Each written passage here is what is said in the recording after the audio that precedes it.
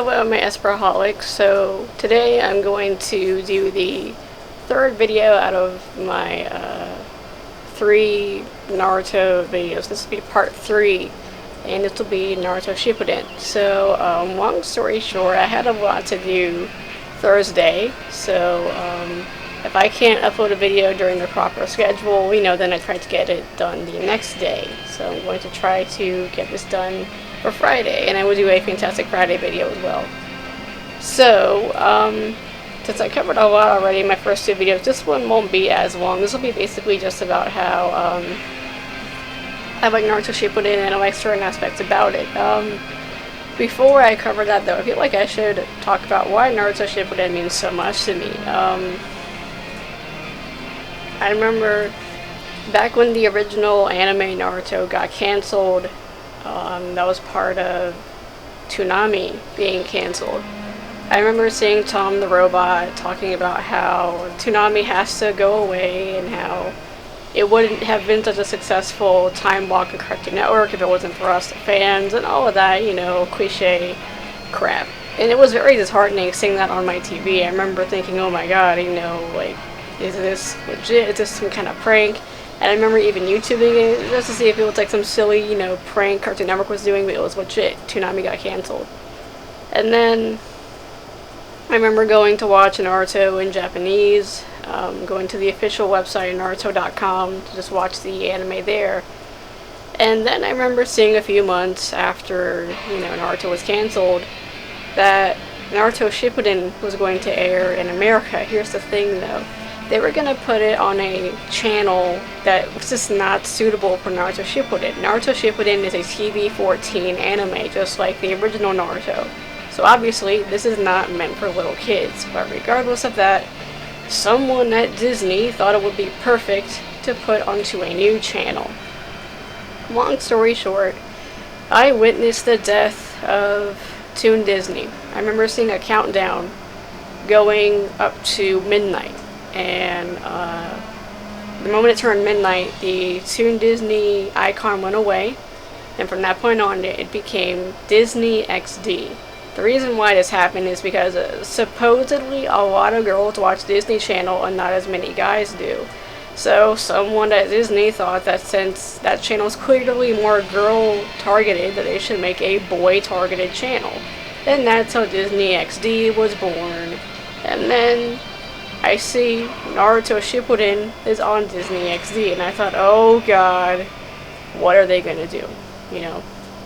To make matters worse, but also kind of cool, is that that actually aired on my birthday. I'm like, oh my god, this is actually debuting on my birthday, and I thought that was a really, really cool, coincidence. So I'm watching Naruto Shippuden, and then, since I mentioned I had already seen it in Japanese, I noticed how ridiculously bad it was censored. Because again, you're taking a TV-14 anime, and you're trying to make it for little kids on Disney, this Disney block for them to watch. And I remember getting so pissed and annoyed, but at the same time, I was still kind of happy that it was well, not happy, but I don't know, I was still, glad it was back on TV, that Naruto was, back in the US. Needless to say, this version of Naruto Shippuden did not last very long, if I remember right. I don't think Naruto Shippuden on Disney XD even got past the first story arc. I think after the Rescue Gaara arc, that was it. It got cancelled. I'm pretty sure it did, because, I can't see it going past the Gaara arc. The anime gets so dark, and it gets so violent and intense after the Gaara arc. The Gaara arc was, kind of disturbing in the sense that, we watch Gaara die, crap like that. And we get kind of, in his head, where you see him, thinking about himself as he's about to die, crap like that. So it was already kind of disturbing, and to see that on Disney XD, I knew it wasn't going to last. I knew it wasn't. Anyway, one other thing that I want to talk about, which is related to the Rescue Gaara arc, was Sakura Haruno. She once again had a big moment where, similar to the first Naruto, it looked like Sakura was finally going to kick ass and stop being a stupid wannabe ninja and take it seriously. So she fights one of the Akatsuki named Sasori, and although Lady Chiyo does help her out, using her as a living puppet to help her, dodge the attacks, at one point, Lady Chiyo backs off completely. I think either she gets knocked out, or I can't remember what happens. It's been many years since I've seen Naruto Shippuden, especially the first freaking episodes of Naruto Shippuden. So, anyway, at one point, Sakura is fighting on her own, no help, no one, there to support her, and she actually, kills one of the Akatsuki. She kills Sasori. I thought that was really, really cool. And what does she do after that? She sucks ass again. So it's like she had the moment where the show builds her up, and then she relapses. Sakura, I don't know what the hell Masashi Kishimoto was doing when he was writing her as a character. Like, it makes you wonder, why did he bother adding her? Why did he bother making her if in the end she just feels so useless and just irrelevant? But she really doesn't offer much to the story. I mean, when it comes to fighting, she's a good medic. She definitely is good at, healing people. As I remember during the, again, Gaara, Rescue Gaara arc, Kabuto, his older brother, got attacked by one of the Akatsuki and was injected with poison. It was Sasori and Deidara who were fighting him, but Sasori was in his puppet. I forgot what his puppet was named. He has like a puppet with like a scorpion tail, and he hides inside of it. Yeah, so that one. And he injected Kabuto with poison. He was dying, and Sakura said, so she's a really good medic, but not so much when it comes to fighting. Like, she sucks ass when it comes to fighting. Like, they make her look so cool, and then she just goes back to doing nothing. So it's like, why is she here? If anything, Hinata feels more like a main character than Sakura. Hinata has some of the best character development out of the entire cast of characters, in my honest opinion. Hinata starts off very shy and can't even, really tolerate Naruto looking at her that long, let alone talk to him, because then she just feels so flustered and shy that she just doesn't know what to do. Heck, at some parts in the anime, I remember her even passing out. Like, she just gets so flustered and just so shocked, or I don't know, around Naruto. So anyway, she goes from that to actually starting to try to talk to him towards the end of part 1 Naruto, and then towards the Naruto Shippuden storyline, she gets even better. Not only does she actually find the courage, whatever, to actually talk to Naruto, but she actually starts to become more and more motivated by Naruto to become a better person and become a better ninja, to the point that when we get to the Pain arc, which is the last arc I was able to really watch, because then the show went on too long and I just couldn't stand watching it anymore, because then they had so many freaking filler that cut into the time of the anime. So basically it just dragged out Naruto and I couldn't watch it anymore, and then on top of that, I was having parts of the anime already spoiled to me thanks to people reviewing it on YouTube and people were just talking about it. So in the end, I just couldn't go past the Pain arc. So during the Pain arc, at one point Naruto was fighting, and Pain beats the crap out of Naruto, and it looks like he's basically about to kill him, and then Hinata actually jumps in and tries to fight to protect Naruto, and starts trying to get the poles out of Naruto's body. Yeah, I mentioned that this anime got really, really dark, like way more dark than Naruto. So yeah, in Naruto Shippuden during the Pain arc, Naruto is pretty much impaled. Like, he's actually being pinned to the ground with these giant poles, and Hinata's trying to break them, but every time she gets near the poles, Pain starts sending her back with a sonic boom to the face, and basically Hinata almost dies. Like, Pain tosses her in the air and makes her land head first onto the ground, and you hear this really, really loud crack, like he broke her skull. But through the power of freaking anime logic and anime physics, meaning there is none, she survived. And then he stabs her, and then you see blood coming out of her waist. So yeah, needless to say, Hinata freaking almost died during this segment.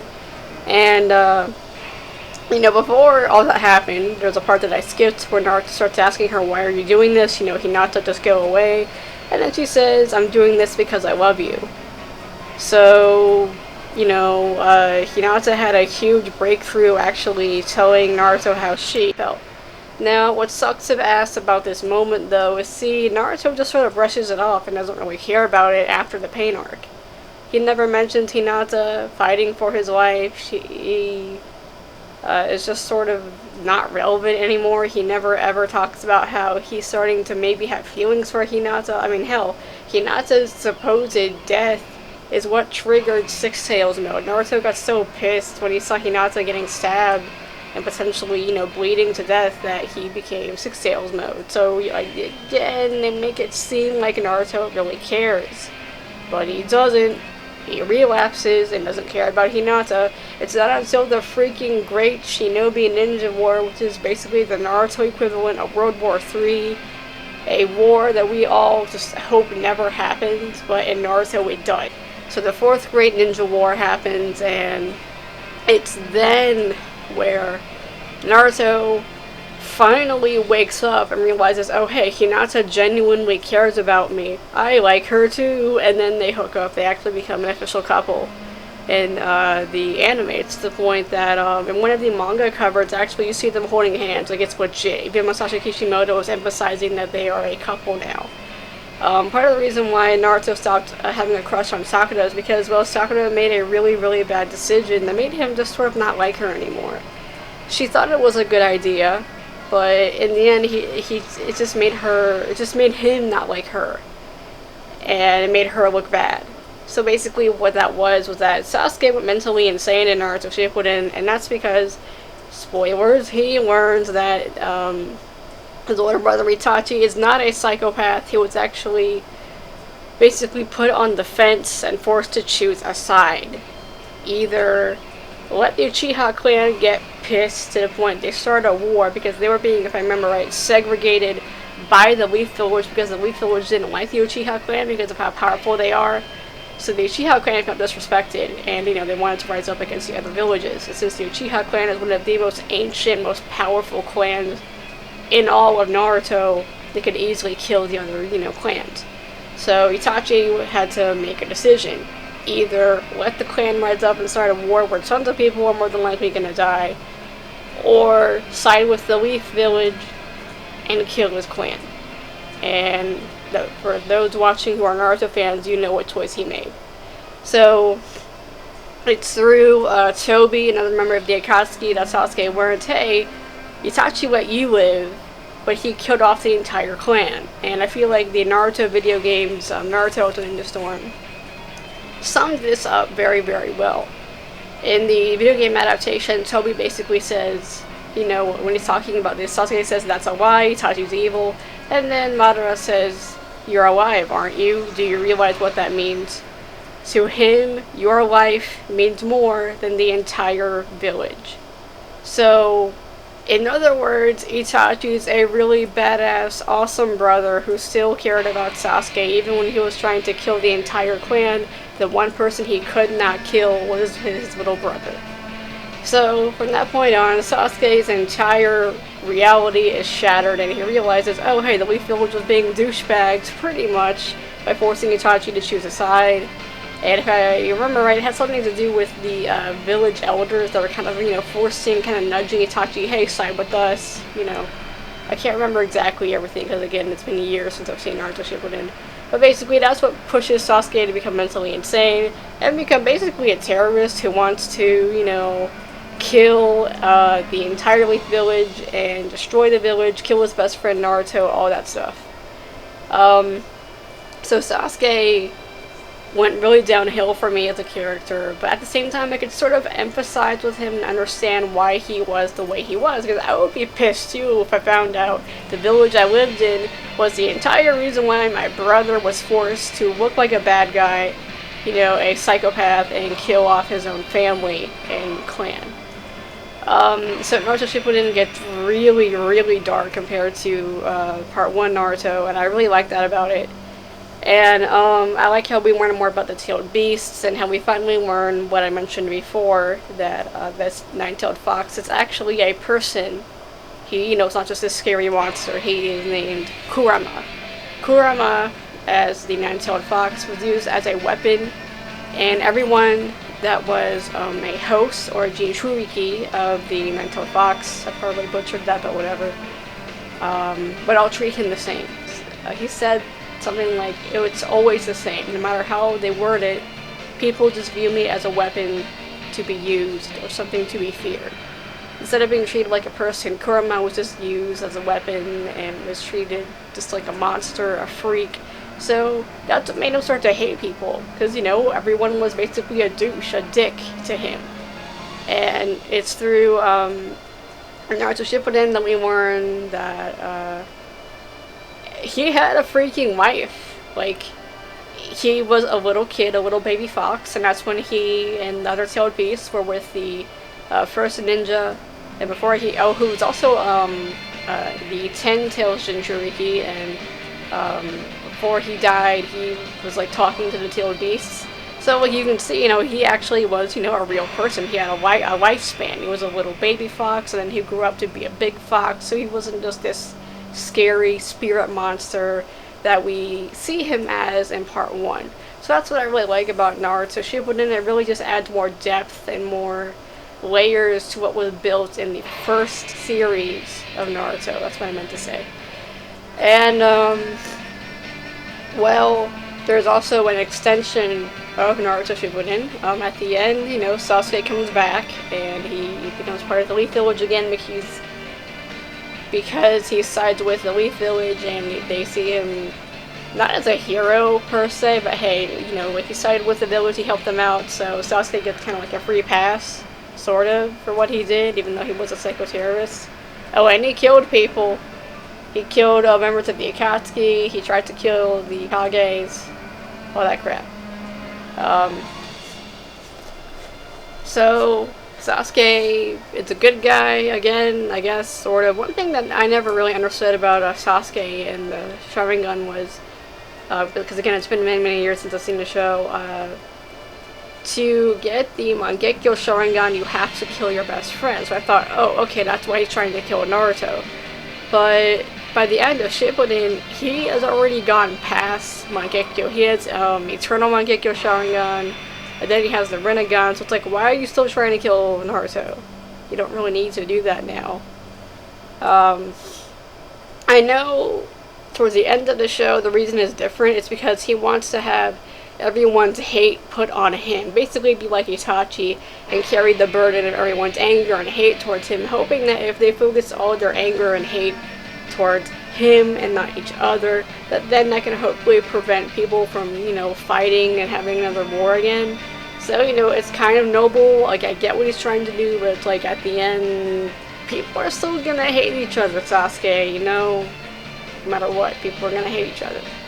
People suck. So, that's one thing, you know, that I just never really understood about Naruto Shippuden, but anyway. There's also Naruto the Last, which is a epilogue of sorts, which takes place, I think, like a few years after Naruto Shippuden.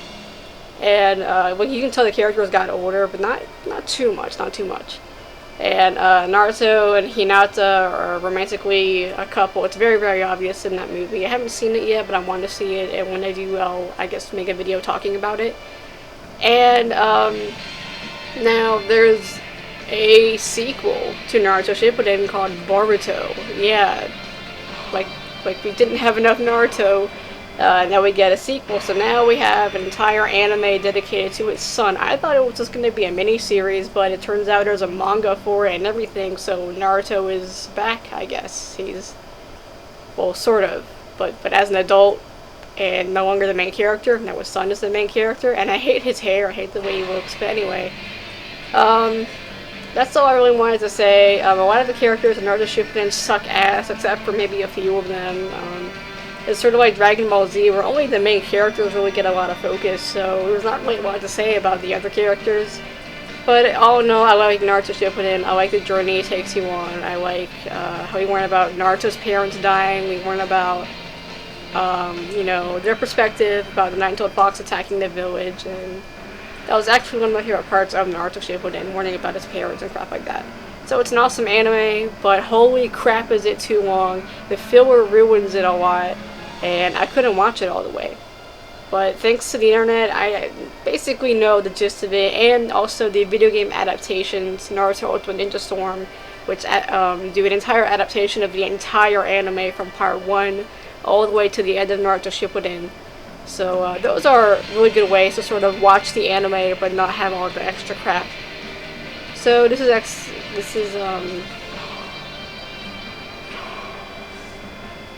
Asper Gaming going away, and I hope you all enjoyed this video, and I will see you all next time.